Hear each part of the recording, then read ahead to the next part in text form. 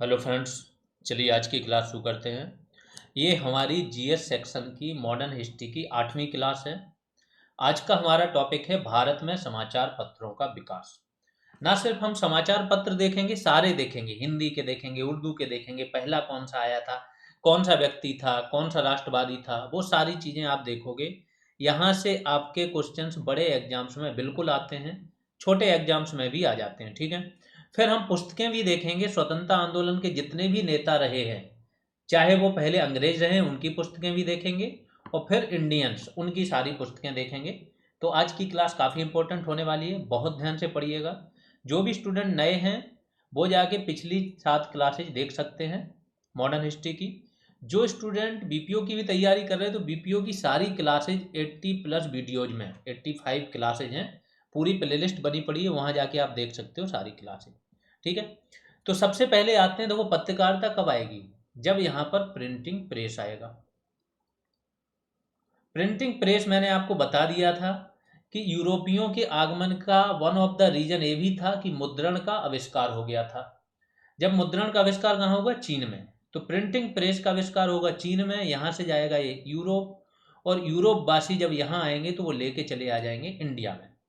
ये दुनिया से आप सीख सकते हो कि जो भी चीज़ का आविष्कार हुआ, कल्चर हुआ, खाना हुआ, वो अगर आपका एक दूसरे के यहाँ लोगों का आदान प्रदान होगा तो वस्तुएं भी आदान प्रदान हो जाएंगी। सेम यहाँ पे हो रहा है कि सबसे पहले यहाँ पे कौन आए, 1498 में पुर्तगीज आए। तो 1498 ये आएंगे और 1556 में ये अपने उपयोग के लिए क्या लेके आएंगे, प्रिंटिंग प्रेस। तो प्रिंटिंग प्रेस 1556 में सर्वप्रथम पुर्तगाली लेके आए थे। 1557 में ये पहली बुक भी छाप देंगे। प्रथम पुस्तक गोवा के पादरियों ने छापी 1557 में। फिर अंग्रेजों को समय लगेगा, अंग्रेज कब आ रहे हैं यहाँ पे, 1600 में। 1600 में आएंगे तो प्रिंटिंग प्रेस पूरा एक लगाएंगे। तो ये कब, 1684 में ईस्ट इंडिया कंपनी ने बम्बई में अपनी पहली प्रिंटिंग प्रेस लगवाई। बम्बई इनको कब मिला, पुराना थोड़ा सा रिवीजन कर लो। 1661 में जो यहाँ के चार्ल्स द्वितीय थे, उनकी शादी हो गई थी कैथरीन से, है ना, पुर्तगीज राजकुमारी। तो 1661 में इनको दहेज में मिला। 68 तक 10 पौंड के वार्षिक कर पर इनको बम्बई दे दिया गया था ईस्ट इंडिया कंपनी को। और 1684 में इन्होंने क्या किया, प्रिंटिंग प्रेस लगा दी। अब आते हैं समाचार पत्र पर। ये तो हो गई प्रिंटिंग प्रेस, पुस्तकें छपने लगी। पहला समाचार पत्र की डेट याद रखना, बहुत फेमस व्यक्ति है ये, James Augustus Hicky. James Hicky भी बोलते हैं इसको। इसने एक समाचार पत्र की स्थापना की या शुरुआत की। ये पहला समाचार पत्र था इंडिया का, कलकत्ता जनरल एडवर्टाइजर। इसका दूसरा नाम भी था द बंगाल गजट। तो या तो कलकत्ता जनरल एडवर्टाइजर आ जाए आपका, या द बंगाल गजट आ जाए। पहले समाचार पत्र इतने पेज के नहीं होते थे, 1-2 पेज के हो गए, बहुत होता था, एड वगैरह पीछे होते थे। तो इस तरीके से होता था, एक शुरुआत हो रही है। ठीक है। तो ये समाचार पत्र इन्होंने शुरुआत की, जेम्स ऑगस्टस हिकी ने। 1780 में ही इसके बाद एक और समाचार पत्र आएगा, लेकिन पहले इसका जान लो। ये समाचार पत्र जो था जेम्स हिकी वाला, ये साप्ताहिक था, एक सप्ताह में एक बार छपता था, और 1782 में ये बंद हो गया। अगला है 1780 में एक और समाचार पत्र छपा, इंडिया गजट। फिर 1785 में मद्रास का पहला समाचार पत्र छपा, मद्रास कुरियर समाचार पत्र। 1789 में बॉम्बे हेराल्ड, ये बम्बई का प्रथम अंग्रेजी साप्ताहिक था, ये छपा। तो अभी इनकी डेट जाननी क्यों जरूरी है, एक तो इंडिया की जाननी जरूरी है, पूरे भारत भर का। फिर अलग अलग 3 मैन प्रेसिडेंसी थी, बंगाल थी आपकी, बम्बई थी, मद्रास। इनके प्रथम ये है, ये मद्रास का है, ये बम्बई का है। 1816 में बंगाल गजट एक समाचार पत्र छपा। ये कौन थे, इंडियन थे, इसलिए इंपॉर्टेंट हो जाएगा, गंगाधर भट्ट। अभी तक जितने थे ना वो सारे अंग्रेजों ने, यानी कि यूरोपियन लोगों ने लगाए हुए थे। पहला इंडियन व्यक्ति गंगाधर भट्ट द्वारा प्रकाशित प्रथम अखबार कौन सा था, बंगाल गजट। लेकिन ये अंग्रेजी में था, ये भी ध्यान रखना। 1816 में। आगे चलते हैं। 1818 में कैरी और मार्शमैन, दो अंग्रेज रहेंगे, इन्होंने पहली बंगाली पत्रिका, बंगाली ये भाषा देखो अभी तक क्या हुआ है आपका कि सारे अंग्रेजी में हैं, अब पहला स्थानीय भाषा में आ रहा है, वो भी बंगाली। तो ये पत्रिका कौन सी थी? दिग्दर्शन नामक पत्रिका निकाली, जो देसी भाषा की प्रथम पत्रिका थी। और देसी भाषा का प्रथम अखबार कौन सा था? समाचार दर्पण। ये अलग अलग दो फैक्ट है। अगला फैक्ट क्या है? भारत में स्वतंत्र और तटस्थ पत्रकारिता के जन्मदाता कौन थे? स्वतंत्र पत्रकारिता मतलब जिसका झुकाव ना हो अंग्रेजों की तरफ, जो शासन की बड़ाई ना कर रहा हो, शासन की चीज़ों को उचित ना ठहरा रहा हो, तो वो व्यक्ति कौन था? James Silk Buckingham. इन्हें माना जाता है स्वतंत्र पत्रकारिता या आधुनिक पत्रकारिता का जनक भारत में। अगला आते हैं राजा राम मोहन राय के बारे में पहले भी बताया जा चुका है। 2 अखबार निकालते, टोटल 3 अखबार निकलते थे इनके। एक था संवाद कौमुदी, बंगाली था, साप्ताहिक था। दूसरा था मिरातुल, फारसी में था इनका। ठीक है, तो भारतीय द्वारा भारतीय भाषा में प्रथम समाचार पत्र था 1821 में। कौन सा? संवाद कौमुदी। 1822 में राजा राम मोहन राय का दूसरा अखबार था मिरातुल, फारसी भाषा में था, साप्ताहिक ये भी था।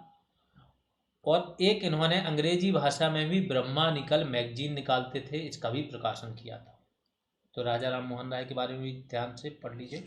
देखो यहाँ से क्वेश्चन आते हैं, जितने भी हमारे राष्ट्रवादी नेता है ना, या जितने भी राष्ट्रवादी समाचार पत्र हैं, अगर बड़े एग्जाम पे जाओ यूपीएससी, तो बिल्कुल क्वेश्चन आपके 1-2 पूछ देता है, और काफ़ी डीपली जाते हैं। इन्होंने लास्ट 1-2 साल पहले पूछा था, समाचार पत्रों के नाम दे दिए थे, उसमें पूछा था इनमें से राष्ट्रवादी समाचार पत्र कौन से थे। मीन्स जो राष्ट्रवाद का प्रचार करते थे, नाम से आपको सब लगेगा कि सब राष्ट्रवादी थे, लेकिन नहीं है ना, वो पहचानना था, तो आपको जानकारी होनी चाहिए। यूपी पीसीएस भी पूछ देता है अच्छे खासे क्वेश्चंस, और चूंकि हमारा लेवल यूपी पीसीएस तक लेके जा रहे हैं कि जीएस आप एक बार पढ़ो तो वो आपके फिर हर एग्जाम के लिए पर्याप्त हो जाए, इसी को ही रिवीजन करके देने जाओ तो आराम से आपको ये तरीके से चीज़ें पढ़ लेनी है। फिर आते हैं 1822। उर्दू का प्रथम समाचार पत्र कौन सा था? जामे जहानुमा, हरिहर दत्ता नामक व्यक्ति थे, इन्होंने निकाला। ये तो उर्दू को हो गया। हिंदी की बात करते हैं, सबसे इंपॉर्टेंट है, ये नाम याद रखना। 1826 में उदंत मार्तंड भारत का पहला हिंदी समाचार पत्र था। किसने निकाला? जुगल किशोर शुक्ल, कानपुर के व्यक्ति थे, लेकिन निकाला कहाँ से? कोलकाता से। तो उदंत मार्तंड का नाम याद रखना। 1826 में जुगल किशोर शुक्ल द्वारा निकाला गया, कलकत्ता से प्रकाशन होता था, और इसी की प्रकाशन जो तिथि है ना, उसी दिन को माना जाता है हिंदी पत्रकारिता दिवस। इसी दिन को मनाया जाता है 30 मई को, लेकिन ये साप्ताहिक था। 1854 में हिंदी का पहला दैनिक जो पर डे प्रकाशित हो रहा है, वो समाचार पत्र कौन सा था? सुधा वर्षण। तो हिंदी के 2 याद रखने हैं, सुधा वर्षण और उदंत मार्तंड।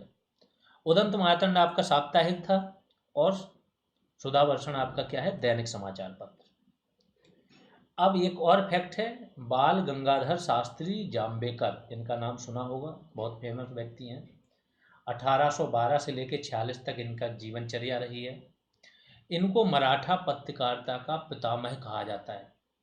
मराठा पत्रकारिता, आप लोगों को अगर पता हो बाल ठाकरे के बारे में, बाल ठाकरे जी जो थे वो कार्टूनिस्ट थे। ठीक है, बाल ठाकरे जी कार्टूनिस्ट थे, कहीं ना कहीं पत्रकारिता से जुड़े हुए थे। तो मराठा जो एरिया है, रीजन, वहाँ पत्रकारिता का काफ़ी बड़ा रोल है। तो मराठा पत्रकारिता का पितामह किसे बोला जाता था? बाल शास्त्री जाम्बेकर। 1832 में इन्होंने दर्पण नामक पत्रिका निकाली, और 1840 में दिग्दर्शन निकाली थी। फिर एक व्यक्ति आते हैं गोपाल हरि देशमुख। ये सारे नाम याद करते चलना, यहीं से काफ़ी आसान होगा, इनका काफ़ी बार जिक्र होगा। जब आप बहुत संस्थाएं पढ़ोगे, अलग अलग संस्थाओं की स्थापना धार्मिक और सामाजिक सुधार में, तो वहाँ पे परमहंस मंडली पढ़ोगे, है ना। नेक्स्ट 1 या 2 क्लास के बाद आ जाएंगे ये चीज़ें। तो गोपाल हरि देशमुख को पढ़ोगे आप। तो इन्होंने क्या निकाला? इंदु प्रकाश और ज्ञान प्रकाश नामक समाचार पत्र इन्होंने निकाले थे, गोपाल हरि देशमुख ने। फिर 1859 1859 में ईश्वर चंद्र विद्यासागर, फिर से इंपॉर्टेंट है, वही बोले ना, समाचार पत्रों का जिक्र यहाँ तो डायरेक्ट कर दे रहे हैं, उससे रिलेटेड स्टोरी अलग अलग जब चीज़ें पढ़ोगे तो वहाँ ये स्टोरियाँ आएंगी। जैसे ईश्वर चंद्र विद्यासागर ने बंगाली में सोम प्रकाश नामक अखबार निकाला। यही सोम प्रकाश अखबार जो था राष्ट्रवादी विचार रखता था, और इसी को बैन करना, एक सोम प्रकाश, दूसरा था भारत मेहर। इन्हीं दो समाचार पत्रों पर बैन करने के उद्देश्य से आया था वर्नाकुलर प्रेस एक्ट। कौन लेके आया था? लिटन, लॉर्ड लिटन, बहुत ही बदनाम वायसराय था ये लेके आया था वर्नाकुलर प्रेस एक्ट। वर्नाकुलर का मतलब होता है देसी भाषाओं में। तो जो भी वर्नाकुलर लैंग्वेज में या देसी भाषाओं में समाचार पत्र थे, इनके लिए बहुत सारी कंडीशन लगा दी थी। सबसे पहले लाइसेंस लेना है, तो एक पैसा जमा करना होगा, अच्छी खासी फीस थी। इसके बाद अगर आपने कुछ भी ऐसा छापा तो वो फीस जब्त, लाइसेंस भी जब्त। फीस इतनी थी कि दोबारा आप हिम्मत नहीं करोगे। हर एक चीज़ जो आप छापोगे, आपको छापने से पहले वहाँ का एक अंग्रेज अधिकारी होगा, उसके पास जाके उसको हर चीज़ को अप्रूव कराना होगा। मीन्स बहुत सारे प्रतिबंध लगा दिए थे। और इसके बाद भी क्या हुआ, ये अखबार चलते रहे। तो सोम प्रकाश और भारत मेहर को टारगेट करने के लिए ही क्या आया था, वर्नाकुलर प्रेस एक्ट। फिर 1882 में रिपन ने ये हटा दिया था वर्नाकुलर प्रेस एक्ट। इसी प्रेस एक्ट के बाद एक पत्रिका थी अमृत बाजार पत्रिका। वो रातों रात बंगाली से किस में बदल गई थी? अंग्रेजी में। इंग्लिश पत्रिका हो गई थी वो, वर्नाकुलर प्रेस एक्ट से बचने के लिए। तो बहुत उस टाइम के जो राष्ट्रवादी नेता थे या समाज सुधारक थे, उन्होंने बहुत सारी मेहनत की है। तो 1868 में क्या हुआ, मोतीलाल घोष और शिशिर कुमार घोष दो व्यक्ति थे। इन्होंने कलकत्ता से बांग्ला भाषा में अमृत बाजार पत्रिका निकाली। ये वही अमृत बाजार पत्रिका है जो 1878 में आपका कौन सा आया था, वर्नाकुलर प्रेस एक्ट, और इससे बचने के लिए अंग्रेजी साप्ताहिक में परिवर्तित हो गई थी। आगे चलते हैं। अब भारत में अंग्रेजों द्वारा संपादित प्रमुख अखबार, जो भारत में अंग्रेजों ने शुरुआत की, वही इसके मालिक थे। टाइम्स ऑफ इंडिया, आज भी आप लोग पढ़ते हो इसको। अंग्रेजों ने इसकी स्थापना की थी 1861 में। स्टेट्समैन, 1870 में इसकी स्थापना हुई थी। फ्रेंड्स ऑफ इंडिया, नाम क्या है, friends of India, 1865। Madras mail, 1865। और पायोनियर, 1865। सबसे ज़्यादा रूढ़िवादी अगर कोई अखबार था तो यही था, पायोनियर। सबसे ज़्यादा अंग्रेज भक्त यही था। वर्नाकुलर प्रेस एक्ट आया था तो इसने बहुत बड़ाई की थी, इसको सही ठहराया था पायोनियर ने। तो मद्रास मेल क्या था? भारत का प्रथम संध्याकालीन अखबार था। इसमें इंग्लिशमैन जो था सर्वाधिक रूढ़िवादी था, और स्टेट्समैन क्या था, सर्वाधिक उदार था। ठीक है, रूढ़िवादी में इंग्लिशमैन था, लेकिन पायोनियर का जो मैंने बोला कि अंग्रेज भक्त सबसे ज्यादा ये था। आगे चलते हैं। Dada Bhai Naoroji, grand old man of India बोला जाता है इन्हें। स्वतंत्रता संग्राम के प्रथम कुछ नेताओं में ये प्रमुख थे। इन्होंने ही लोगों को संगठित किया और संस्था बना के कार्य करना सिखाया इन्होंने। ठीक है, अगर प्रथम नेता बोलो स्वतंत्र भारत का या स्वतंत्रता संग्राम का, तो उसे बोला जाता है राजा राम मोहन राय को। ठीक है, उसके बाद अगर किसी व्यक्ति का नाम आता है जिसने इतने सारे काम किए, तो वो ये है दादा भाई नौरोजी। प्रमुख अखबार और पत्रिकाएं इनकी कौन कौन सी हैं? राष्ट्र गोपतार, राष्ट्र गोपतार भी कहीं कहीं नाम मिलेगा इसका। पारसी समुदाय से थे। रहनुमाई माजदियान सभा नामक एक संस्था की स्थापना की थी, और उस वहीं से पत्रिका निकलती थी राष्ट्र गोपतार।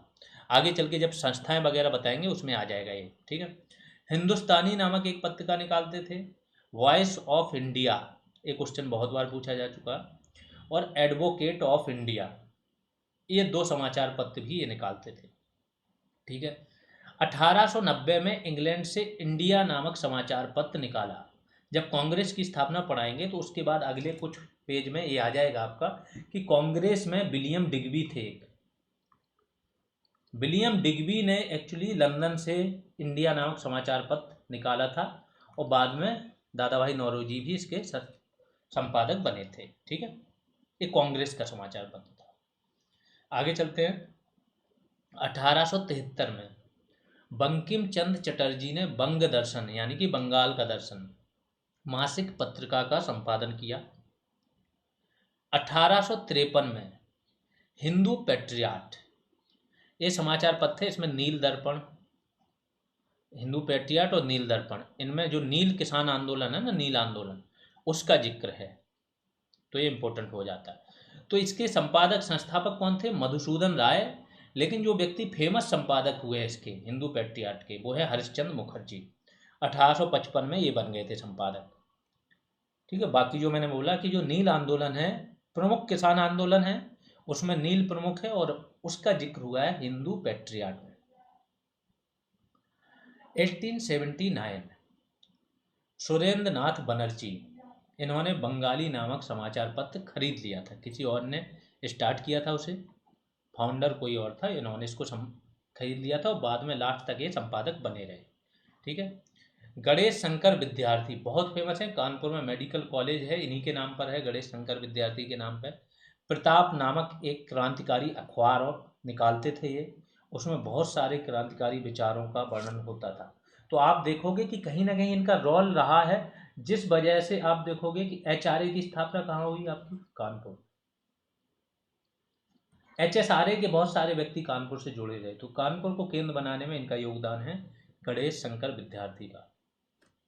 फिर श्रीपद अमृत डांगे, बहुत फेमस व्यक्ति हैं, ये भी मार्क्सवादी थे।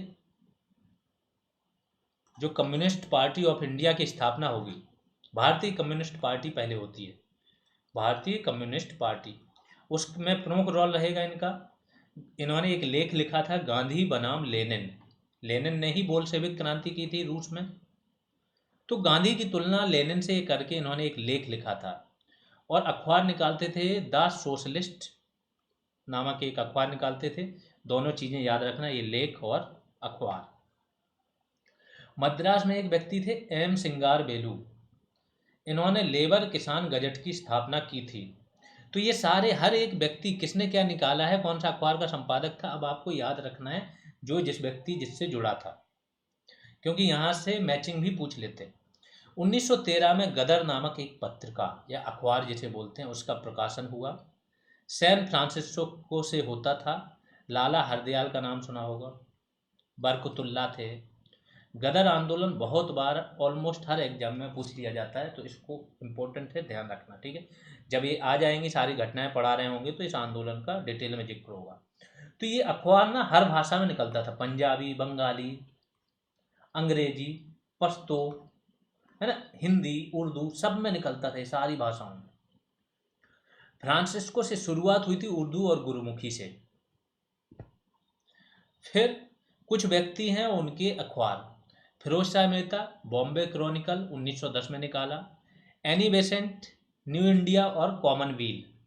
एनी बेसेंट ने एक्चुअली एक अखबार खरीद लिया था, उसका नाम बाद में रख दिया था न्यू इंडिया, और कॉमनवेल भी ये निकालते थे। भारतेंदु हरिश्चंद्र, कवि वचन सुधा, सबका डायरेक्ट ऐसे ही पूछा जाता है। मदन मोहन मालवीय, ये बहुत प्रोत व्यक्ति थे, बहुत सारे अखबारों से जुड़े रहे। देखो, सबसे पहले भारतेंदु हरिश्चंद्र की एक पत्रिका थी, उस पत्रिका में मकरंद नाम से लेख लिखते थे। ठीक। अब इनके प्रमुख प्रकाशन जान लो। 1887 में हिंदुस्तान नामक समाचार पत्र का संपादन किया इन्होंने। 1889 में मालवीय जी ने इंडियन ओपिनियन के संपादक बने। ये वही इंडियन ओपिनियन है जिसमें गांधी जी भी लेख लिखते थे। अन्य अखबार इनके कौन कौन से थे? अभ्युदय 1907, लीडर 1909, और लीडर ये किसके साथ छापते थे? मोतीलाल नेहरू। तो लीडर से मोतीलाल नेहरू भी जुड़े हैं और मदन मोहन मालवीय। मर्यादा 1910। द हिंदुस्तान टाइम्स एक अखबार था, उसकी हालत बहुत ज़्यादा खराब हो गई थी, बिकने वाला था। इन्होंने क्या किया, पहले इन्होंने इसको खरीद लिया और बाद में GD बिरला, बहुत बिरला, टाटा बिरला का नाम सुना है, तो घनश्याम दास बिरला थे, काफ़ी पैसे वाले थे, इनकी सहायता से इन्होंने इसको खरीद लिया था। तो GD बिरला के सहयोग से बंद होने से बचाया था इन्होंने द हिंदुस्तान टाइम्स को। आज भी आता है द हिंदुस्तान टाइम्स। ठीक है। तो मदन मोहन मालवीय जी को क्या बोला जाता था? महामना, इसलिए बोला जाता था, बहुत प्रबुद्ध व्यक्ति थे, आगे चल के हिंदू महासभा से भी जुड़े रहेंगे। महात्मा गांधी, इनके अखबार देख लेते हैं सारे। द इंडियन ओपिनियन की इन्होंने शुरुआत की थी कहाँ? 1903 में, नटाल कांग्रेस के सहयोग से। नटाल जाते हैं ये सबसे पहले, वहीं पर कांग्रेस की स्थापना हो चुकी होती है। तो नटाल कांग्रेस के सहयोग से द इंडियन ओपिनियन 1903 में निकालते हैं। बाद में ये कहाँ से निकलता है? डरबन से, ठीक है। और बाद में मणिलाल, इनके जो पुत्र थे मणिलाल, वो इसके संपादक रहते हैं 1920 से 1956 तक, स्वतंत्रता तक। नवजीवन अगला अखबार है गांधी जी का, और बाद में इसका नाम क्या हो गया था? हरिबंधु। हरिजन नामक इन्होंने यात्रा की थी, जब से दलितों के लिए इन्होंने आवाज़ उठाई तो फिर सारी चीज़ों को हरिजनों के लिए समर्पित कर दिया था। यंग इंडिया, इसका नाम हरिजन कर दिया था। यंग इंडिया में गांधी जी बहुत सारे लेख लिखते थे। 1933 पूना से अंग्रेजी में हरिजन निकालते थे। हिंदी में इसे हरिजन बोला जाता था, हरिजन सेवक, हरिजन नहीं। अंग्रेजी में हरिजन हो गया, हिंदी में हरिजन सेवक, और गुजराती में हरिजन बंधु। तो ये नाम डायरेक्ट पूछ लिए जाते हैं, इनको याद रखना। फिर एक व्यक्ति हैं जी सुब्रमण्यम अय्यर, आज जो यूपीएससी का सबसे इंपॉर्टेंट अखबार है। जी सुब्रमण्यम अय्यर प्लस वी राघवाचारी, ये दोनों क्या थे? इसके संपादक थे। टी प्रकाशम, इन्होंने स्वराज्य नामक अखबार निकाला। भारत श्रमजीवी पत्रिका शशिपद बनर्जी ने 1874 में निकाली। कुछ लोग क्या है ना, कुछ लोग जो है वो सोचते हैं जूनियर असिस्टेंट से 20 नंबर का आने वाला है। देखो आप लोग टेंशन मत लो, आप जब देखोगे कि ये एग्जाम का पिछले कुछ पेपर उठा लो यूपी ट्रिपल एस सी के, या तो आपको पूरी तरीके से इन डेप्थ आ रहा है तभी आप कर पाओगे, नहीं तो 5 क्वेश्चन भी जीएस में करने मुश्किल हो जाए। यूपी स्पेशल और कंप्यूटर आपकी नेक्स्ट 10 से 15 दिन बाद साथ में ही शुरू हो जाएगा, एक दिन ये आएगा और एक दिन ये, तो दो चीज़ें आपकी चलेंगी। और जैसे ही फिर आपका अप्रैल एंड के बाद हिंदी भी आपकी साथ में शुरू हो जाएगी। तो कोर्स कब होगा उसका आपको टेंशन नहीं लेना, वो सारा नज़र में है। आपका कोर्स एग्जाम के 1 महीने पहले तक कंप्लीट हो जाएगा। जीएस एक बार ऐसे ध्यान से पढ़ो, तरीके से पढ़ो कि आपके क्वेश्चन अगर पढ़ा है, आपने मेहनत की है, तो ऑलमोस्ट सारे क्वेश्चन सही करके आओ, ठीक है। आगे चलते हैं। ये जूनियर असिस्टेंट बैच की जानकारी, अगर आप पेड बैच से जुड़ना चाहते हो तो यहाँ आपको सारी पीडीएफ मिल जाएगी। टॉपिक वाइज एमसीक्यू टेस्ट मिल जाएंगे, आगे चल के टास्क दिए जाएंगे, फिर फुल सब्जेक्ट वाइज टेस्ट होंगे और फाइनली फुल टेस्ट होंगे, ठीक है। टाइम टू टाइम पे ग्रुप कॉल होती रहती है, तो आपकी क्वेरीज दूर होती रहती है। सबसे बड़ी चीज़ यहाँ एक माहौल बना रहता है क्लासरूम टाइप का, कुछ ना कुछ पर डे आपको करने के लिए रहता है, तो आप हमेशा पढ़ते रहते हो, ठीक है, एक दूसरे से मोटिवेट होते हो। बैच फीस 299 है। आपको पेटीएम या फ़ोन पे कर देना है, इस नंबर पर नाम देख लेना, और इसके बाद स्क्रीनशॉट या तो टेलीग्राम या व्हाट्सएप में से किसी भी नंबर पे भेज देना। कोई परेशानी आए तो इस नंबर पे कॉल कर सकते हो। आगे चलते हैं। गोपाल कृष्ण गोखले, इनके समाचार पत्र कौन से थे? सुधारक और नेशन, ये भी इंपॉर्टेंट है, ध्यान रखना। गोपाल कृष्ण गोखले गांधी जी के राजनीतिक गुरु थे। सर्वेंट्स ऑफ इंडिया सोसाइटी इन्होंने बनाई थी, बहुत इज्जत थी इनकी। वायसराय की कार्यकारिणी के भी सदस्य रहे। यहाँ तक कि इनका जो 1909 के सुधार आएंगे ना, इनका बड़ा रोल रहता है इन सुधारों में। 1882 में पत्रकारिता के लिए लोकमान्य बाल गंगाधर तिलक को, पहले ही ऐसे व्यक्ति थे जिन्हें सजा मिली, किस चीज़ के लिए? पत्रकारिता के लिए। तो पत्रकारिता के लिए तिलक सजा पाने वाले प्रथम भारतीय थे। 1883 में ही सुरेंद्रनाथ बनर्जी को भी सजा मिली थी 3-4 महीने की, तो ये द्वितीय व्यक्ति बने। तो ऐसे क्वेश्चन डायरेक्ट आते हैं कि पत्रकारिता के लिए सजा पाने वाले पहले व्यक्ति। आगे चल के तिलक पे तो राजद्रोह भी चलेगा इनके लेख के लिए, गांधी जी पर राजद्रोह चलेगा आगे चल के, ठीक है। गांधी जी पर पत्रकारिता के लिए नहीं चलेगा, बट इन पर राजद्रोह चलेगा। तो ये भी पूछा जाता है कि राजद्रोह किन किन नेताओं पर चला, ये भी आगे चल के आपको बताया जाएगा। अब आते पत्रकारिता पर प्रतिबंध कब कब लगा। 1799 में बेलेजली आया था। जल्दी से आप लोग कमेंट सेक्शन में बताइए कि बेलेजली का कार्यकाल क्या था। सारे आपको गवर्नर जनरल पढ़ाए जा चुके हैं। बेलेजली ने सेंसरशिप ऑफ प्रेस एक्ट लगाया, जिसे 1818 में हेस्टिंग्स का कार्यकाल क्या था? 1813 से 23 तक। इसने क्या किया? समाप्त कर दिया। 1823 में 2 बार सबसे जबरदस्त प्रतिबंध लगे, एक बार 23 में लगेंगे, एक बार 1878 में वर्नाकुलर। तो 23 में कौन था? जॉन एडम्स, कार्यकारी था, कार्यकारी गवर्नर जनरल था ये, और इसने पत्रकारिता पर बहुत कठोर प्रतिबंध लगा दिए। फिर अगला एक कार्यकारी आएगा बेंटिक के बाद, मेटकॉप, ये पत्रकारिता पर से सारे प्रतिबंध हटा देगा, इसीलिए इसे बोला जाता है भारतीय प्रेस का मुक्तिदाता। The liberation of Indian press act लेके आया था। तो भारतीय प्रेस का मुक्तिदाता किसे बोला जाता है? चार्ल्स मेटकॉप को।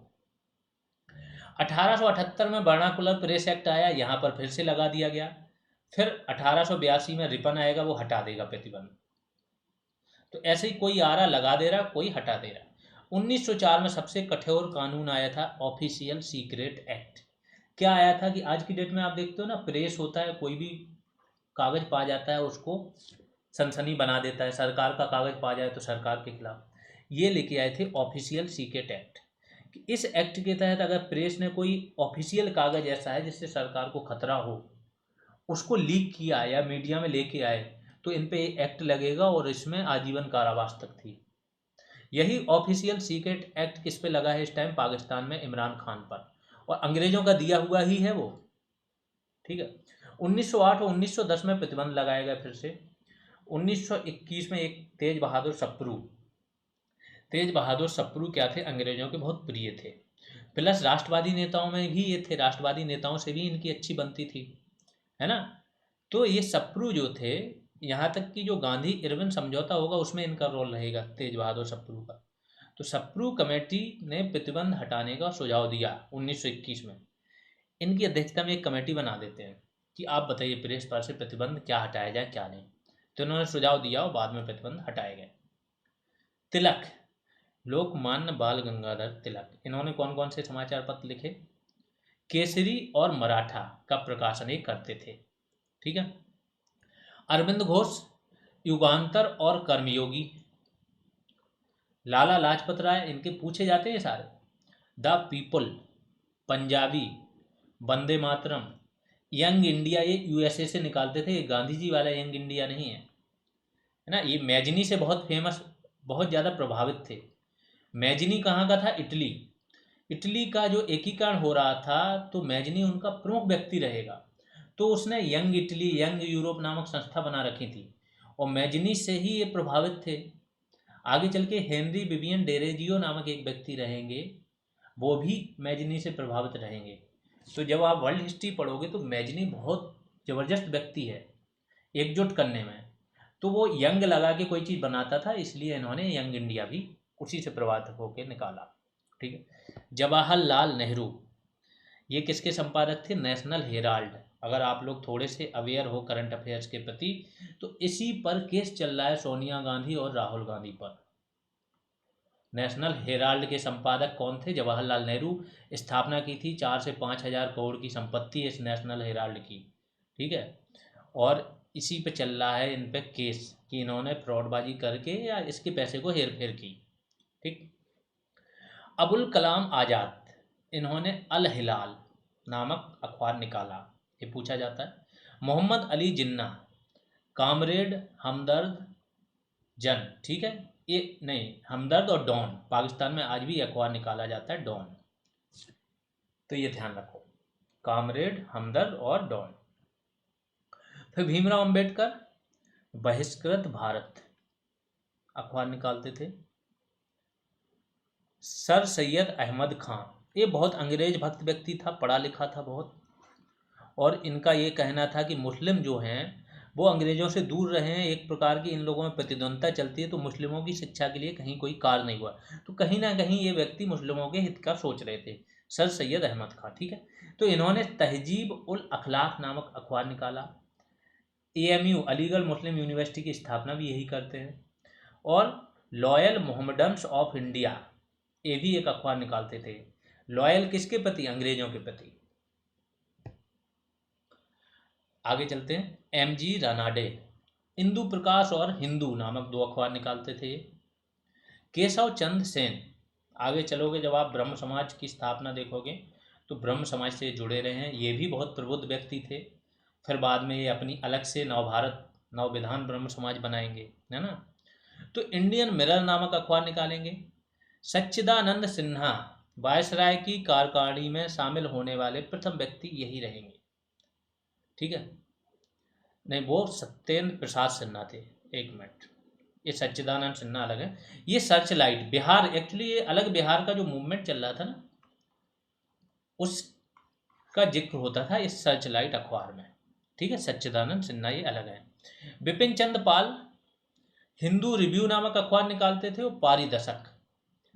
और एस सदानंद, इन्होंने फ्री प्रेस जर्नल इसका प्रकाशन किया। यहाँ पर आपके अखबार समाप्त हो गए। अब कुछ पुस्तकें देख लेते हैं जो हमारे राष्ट्रवादी नेता थे, उन्होंने पुस्तकें लिखी। अरविंदो घोष या अरविंद घोष, इन्होंने लिखी भवानी मंदिर। देखो इनके बारे में थोड़ा सा समझो। माणिक तल्ला नामक केस चला था इन पर, कलकत्ता में माणिक तल्ला केस चला, तो वहाँ बम बनाने का था। अगर ये फंस जाते तो फांसी हो सकती थी।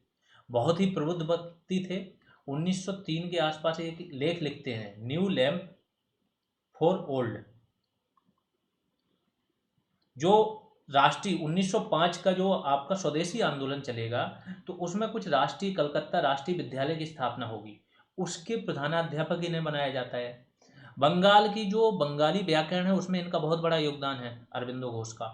तो ये अरविंदो घोष बहुत ही पढ़े लिखे प्रबुद्ध व्यक्ति हैं, लेकिन माणिक तल्ला केस में फंस जाते हैं।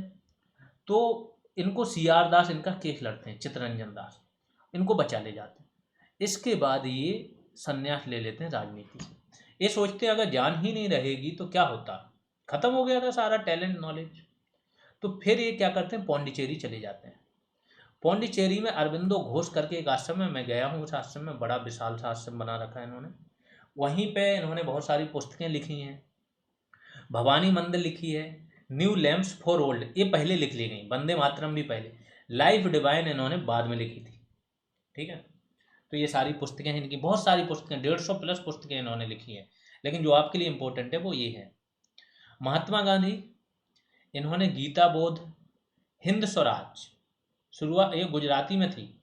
गांधी जी जब जहाज पे थे, यात्रा कर रहे थे, उस जहाज पे उन्होंने ये पुस्तक लिखी थी, Hind Swaraj. My experiment with truth, और भी बहुत सारी पुस्तकें गांधी जी की इंपॉर्टेंट है। भगवती चरण बोहरा क्रांतिकारी व्यक्ति थे, अंग्रेजों को सीधा गोली मारने में बिलीव करते थे। तो इन्होंने पुस्तक क्या लिखी, फिलॉसफी ऑफ बॉम्ब, बॉम्ब बनाने की पूरी फिलॉसफी बता दी, ठीक है। Jayaprakash Narayan, why socialism, the prison diary, to all fighters of freedom, संघर्ष की ओर, ये सारी इनकी पुस्तकें। जयप्रकाश नारायण तो स्वतंत्रता के बाद भी थे, आप लोगों को पता हो ना। 1775 में जो इमरजेंसी लगी थी, कहीं ना कहीं 1774 में इन्होंने संपूर्ण क्रांति का जो नारा दिया था इंदिरा के खिलाफ, जो पूरा हर जगह विरोध प्रदर्शन हुए थे, तो इनका ही रोल था। गूंगी गुड़िया बोलते थे इंदिरा गांधी को। और सोचो स्वतंत्रता आंदोलन के एक एक नेता का, ये समझो कितना बड़े कद के नेता है ये लोग। स्वतंत्र हुआ देश, कोई पद नहीं लिया जयप्रकाश नारायण ने, बहुत बड़ा रोल था। समाजवादी नेता थे, है ना। कांग्रेस समाजवादी पार्टी की स्थापना में सचिव थे, नरेंद्र देव के साथ जो स्थापना होगी। और समाजवादी पार्टी का इतना बड़ा प्रभाव था कि कांग्रेस वही करती थी जो साम्यवादी नेता चाहते थे। जवाहरलाल नेहरू खुद साम्यवादी नेता थे, लेकिन इन्होंने कोई पद नहीं लिया, कोई भी।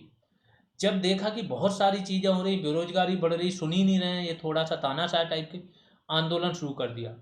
और इन्हीं के आंदोलन का ही प्रभाव था कि देश में पहली बार गैर कांग्रेसी सरकार बनी, किसी और नेता की, ठीक है। समझो कि कोई और नेता की ना काबिलियत थी ना हिम्मत थी कि वो कांग्रेस को हटा के पूरी सरकार दूसरी ले आए। ये व्यक्ति थे पीछे हो, इसके बाद फिर लाइमलाइट में नहीं आए, फिर भी कोई पद नहीं लिया। ऐसे व्यक्ति थे स्वतंत्रता संघर्ष के, एक एक व्यक्ति इतना महत्वपूर्ण था। टैलेंटेड, संघर्ष कितने भी लेवल तक त्याग करा लो। फिर आते हैं अंबिका चरण मजूमदार, इन्होंने कौन सी बुक लिखी, इंडियन नेशनल इवोल्यूशन। फिर दीनबंधु मित्र, नील दर्पण, जो मैंने बोला दीनबंधु मित्र के नील दर्पण, और हरिश्चंद्र चटर्जी के हिंदू पैट्रियाट। इसमें जो नील विद्रोह है ना, उसका जिक्र मिलता है, नील आंदोलन का। रजनी पाम दत्त, इन्होंने इंडिया टुडे नामक पुस्तक लिखी। अबुल कलाम आज़ाद, इन्होंने पुस्तक लिखी इंडिया विंस फ्रीडम, ये आता है।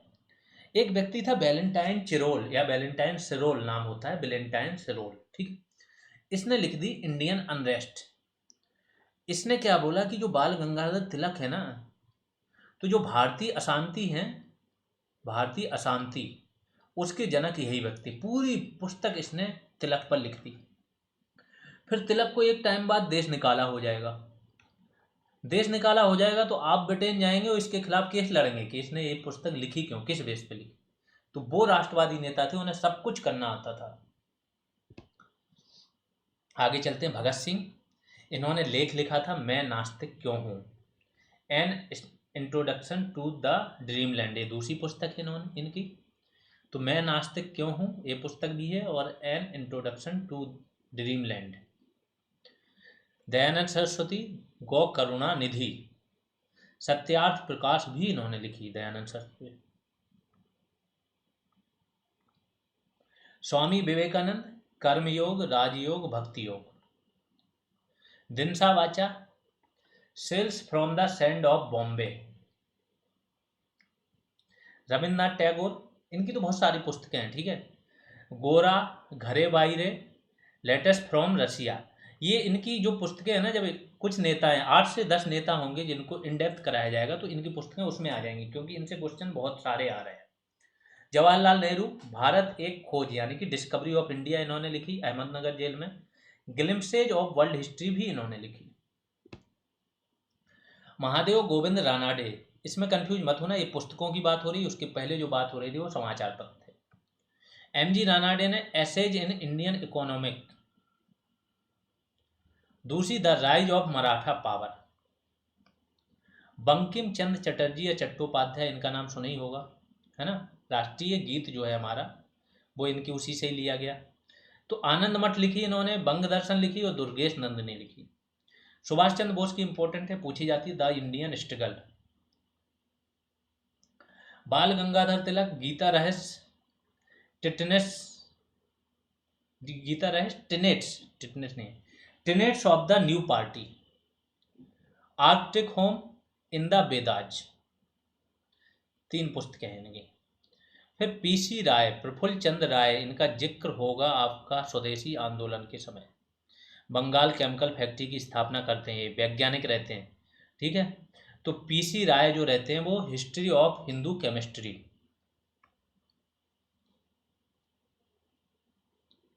व्योमेश चंद्र बनर्जी कांग्रेस के प्रथम अध्यक्ष रहेंगे, डब्ल्यू.सी. बनर्जी। प्रथम जो अधिवेशन होगा कांग्रेस का 1885, उसके अध्यक्ष रहेंगे। इंडियन पॉलिटिक्स लिखी। राजेंद्र प्रसाद ने जो बुक लिखी ये भी इंपॉर्टेंट है, इंडिया डिवाइडेड, ये पूछी जाती है यूपी के एग्जाम्स में। चंपारण में महात्मा गांधी। लाला लाजपत राय की भी ये बुक पूछी जाती है, अनहैप्पी इंडिया, ये मैचिंग आती है, ठीक है। राजेंद्र प्रसाद की लिख देंगे इंडिया डिवाइडेड, अनहैप्पी इंडिया और इंडियन स्ट्रगल, ठीक। Shyama Prasad Mukherjee, a phase of Indian struggle. Rabindranath Tagore की फिर से Gitanjali, hungry stones. Ram Manohar Lohia, the guilty man for India's partition, यानी भारत विभाजन के गुनाहगार, इन्होंने बुक लिखी। राम मनोहर लोहिया भी आपके कौन से समाजवादी नेता थे, जैसे कि जेपी थे, जयप्रकाश नारायण।